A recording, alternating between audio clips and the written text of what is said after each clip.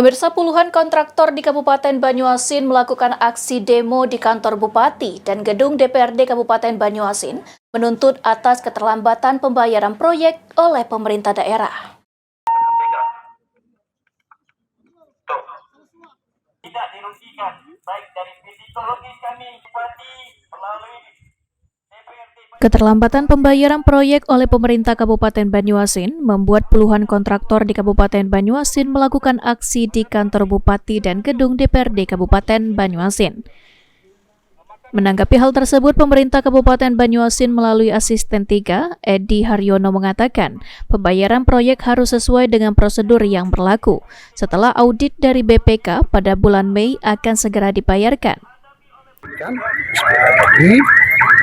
Untuk duitnya ada, tidak baca kita semata-mata kita nak gawekan karena pakai proses.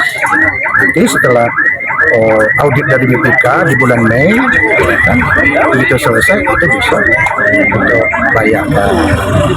Bukan artinya tidak dibayarkan. Bukan tidak dibayarkan, bukan duitnya ada. Kalau lain-lain, kita jengok, misalnya kan SP itu ada juga yang dari PBD murni. Kalau PBD murni berarti kita bukan di pergeseran, dia di perubahan. Nah, perubahan itu kapan? Jadi Oktober. Setelah itu, kalau pergeseran duitnya sudah ada, kalau PBD murni kita tidak ada duitnya.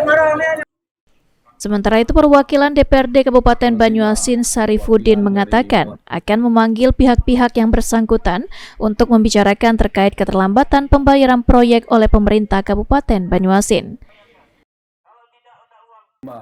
Perwakilan dari kawan-kawan kontraktor dan kami sudah berembuk di ruangan Komisi 2 terkait hal tersebut. Kami menerima dan mengusulkan pada hari Senin. Dan kami sudah menjadwal pada hari Senin akan memanggil pihak-pihak terkait, diantaranya BPKAD, Bank Sumsel, TPAD, Sekda mungkin, Pak PJ juga, dijadwalkan di hari Senin jam 9 pagi.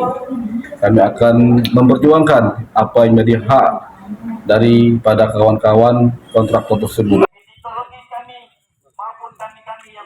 Ridho Ilahi, PAL TV.